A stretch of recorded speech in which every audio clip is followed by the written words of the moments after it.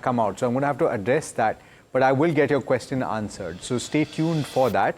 The revenue for HUL coming through at over 16,200 crore rupees, the net profit coming in at 2,685. Seemingly, on the face of it, the PAT number is ahead of expectations.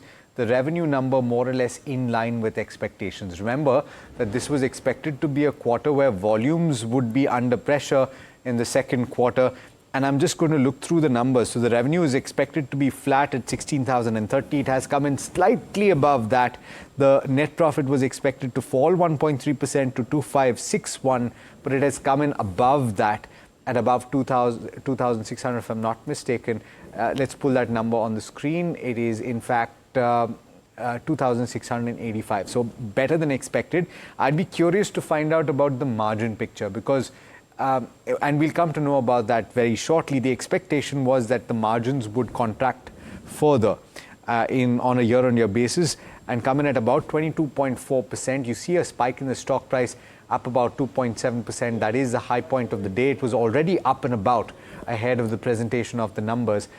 You will hear from the management very shortly. The press conference is set to begin at 11:30 today. The first press conference, of course, that will be addressed by Priya Nair, who is the new Chief Executive Officer of HUL. A few question marks that have to be addressed and will likely be asked during the conference. The rationalization of GST. What are the implications in the current quarter? Of course, it came through after most of the quarter had gotten done in the second quarter. So you won't see an impact in the second quarter earnings, but in the current quarter, what is the implication? So that's something that the management will be able to guide towards, whether or not there is a second order impact in certain places, whether there is premiumization that is taking place. The assumption, of course, is that if there is saving at the end of the month, people will go out and buy things that they previously were not able to afford but had aspired to buy. That could have a bearing on the mix for a company like HUL. Will the volume recovery or has the volume recovery taking place in the July to August period in line with the first quarter? This is something that was a big question. In fact, let's ask what the initial reaction to these headline numbers are. We are waiting for the margin picture to come through as well.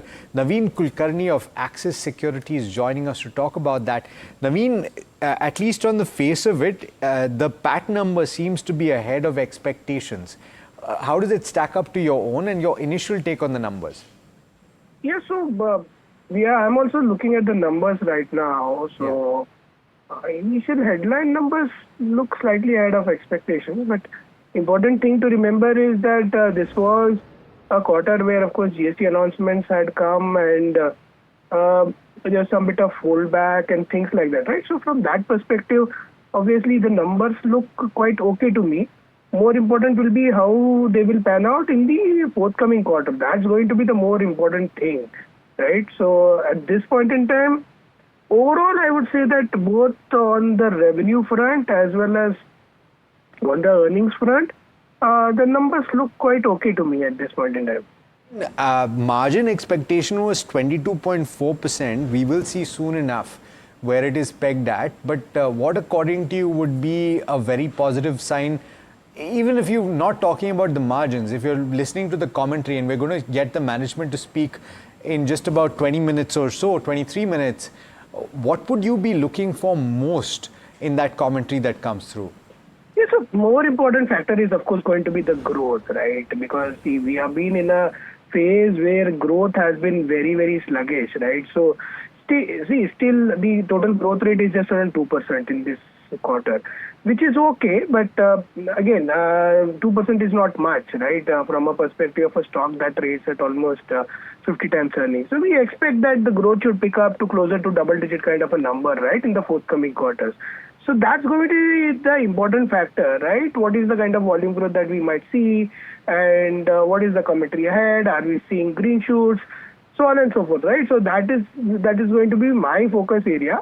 That how the growth parameters, especially in the high margin segments, which is, let's say, beauty, well-being, personal care, foods, right? These are how they pan out in the forthcoming quarters, right? That's what I will be very much focused on. Interesting perspective. We'll find the answers to that in just a short while, Naveen. Mahima is joining us from HUL headquarters, in fact. And Mahima, on the face of it, seemingly the EBITDA margins are better than expected, about 60 basis points or thereabouts. And as a result of which the EBITDA decline is not as much as was anticipated. What is your initial reading? Right. Correct. That's the correct reading, Alex. I think that's cheered by the street as well. You've seen a slight uptick in the stock post the numbers as well, and that's because overall there's a slight beat in terms of all revenue, EBITDA, as well as the margin front is something where the surprises come from. So I think we'll have to wait and watch out for as to how that GST rate rationalization impact has been factored into this quarter. Whether that's fully considered or not by now is something that we'll have to watch out for, of course. But overall, I think the street has liked this kind of set of numbers. Plus, the volume number has also come in. It's come in at 2%. Last quarter, they did around 3 to 4%. So this time, 2%, slightly lower. But this is largely on that GST rate rationalization impact that we're seeing. Of course, we'll be waiting out for the commentary coming in from Priya Nair. And of course, we'll have to wait and watch out for as to what she has to say with regards to the entire GST rate rationalization impact, plus how she as a leader will do things differently in HUL, and of course as to what demand trends are now looking like, and will this volume recovery sustain going forward or not, because analyst expectation was also that in July and August the volume recovery has been at the same pace where Q1 was. So we'll have to wait and watch out for all of these things, but volume at 2% versus an expectation of a flat is a good sign, and that is why I think we're seeing the uptick in the stock as well. Got it.